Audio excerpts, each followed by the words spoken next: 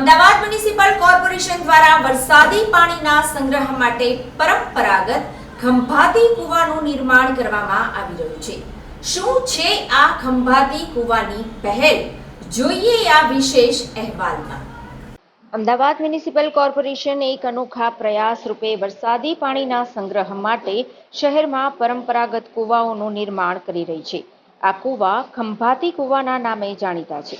Pilot project तरीके शहर में 50 स्थलों कुआओं निर्माण करवामां आवी रह्युं छे। अहमदाबाद कॉरपोरेशन में ऐसा कई जगह पर है कि वाटर लॉगिंग स्पॉट जो खड्डा होता है वहाँ पर पानी सब आता है, तो वहाँ पर जो पानी भरा जाता है तो 1-2 इंच में तो ज़्यादा इधर तकलीफ नहीं होती है, पर एकदम ज़्यादा बरसात आ जाए, बारिश आए तो उसमें दिक्कत होती है।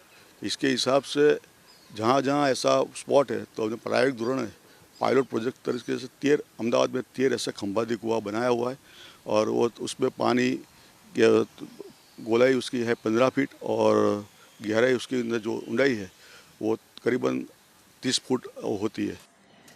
अमदावाद कोर्पोरेशन में घनी जगह वॉटर लॉगिंग स्पॉट है, ज्यां पानी आवे छे त्यां पानी भराई जाय छे। 1 के 2 इंचनी समस्या अहीं त्यां छे, जो वधु वरसाद पड़े तो समस्या सर्जाय छे।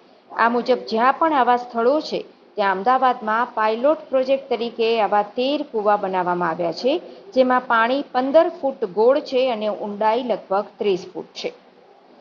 पदाधिकारीओ माने छे के आ पहेलथी अमदावाद शहेरमां भूगर्भ जळनुं स्तर वधशे अने लोकोने पीवानुं शुद्ध पाणी पूरुं पाडी शकाशे। 1,40,000 पानी तो ऐसे ही लीटर पानी अंदर आ जाता है, बाद में 15,000 पर हावर पानी उसमें से चला जाता है। इसके हिसाब से हमने ये प्रायोगिक धोरण है ऐसा अभी 13 जगह पर कॉरपोरेशन में ये खंभाती कुआं बनाया हुआ है और पानी नीचे भी जाएगा तो तल जो नीचे गया हुआ तो वो भी ऊपर आएगा। तो इसके हिसाब से जो TDS वाला पानी है वो ज़्यादातर ऊपर से जो लोग लेते हैं तो उसको कम TDS वाला पानी मिलेगा। 1,40,000 लीटर पाणी આવી જ રીતે આવે છે। બાદમાં પ્રતિ કલાક 15,000 લીટર પાણી વેડફાય છે।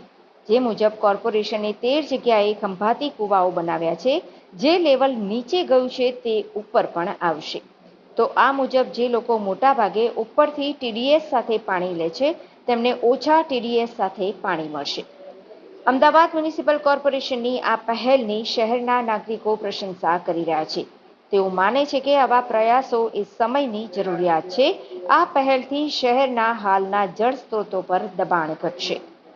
ये जो अहमदाबाद म्यूनिसिपल कॉरपोरेशन के द्वारा ये जो पहल की गई है ये बहुत ही सराहनीय है।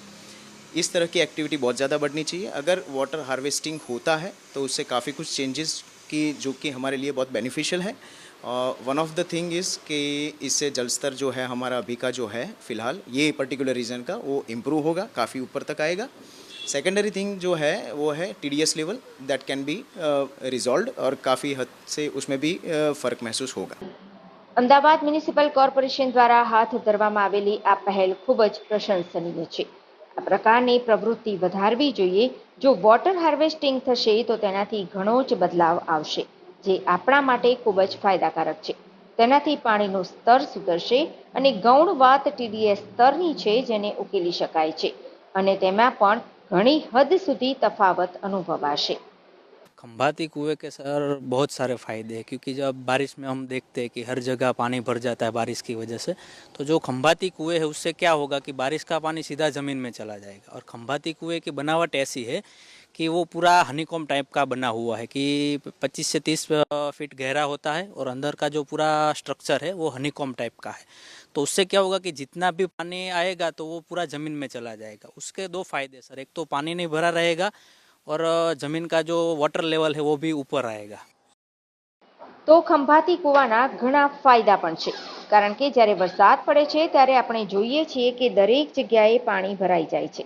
वरसादने कारणे वरसादनुं पाणी कूवाओ द्वारा सीधुं जमीनमां जशे।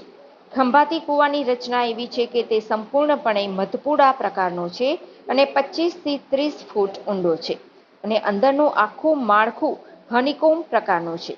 તો તેનાથી શું થશે કે જે પણ પાણી આવશે તે જમીનમાં જશે તેના બે ફાયદા છે. એક તો પાણી ભરાશે નહીં અને બીજું પાણીનું સ્તર પણ બચશે.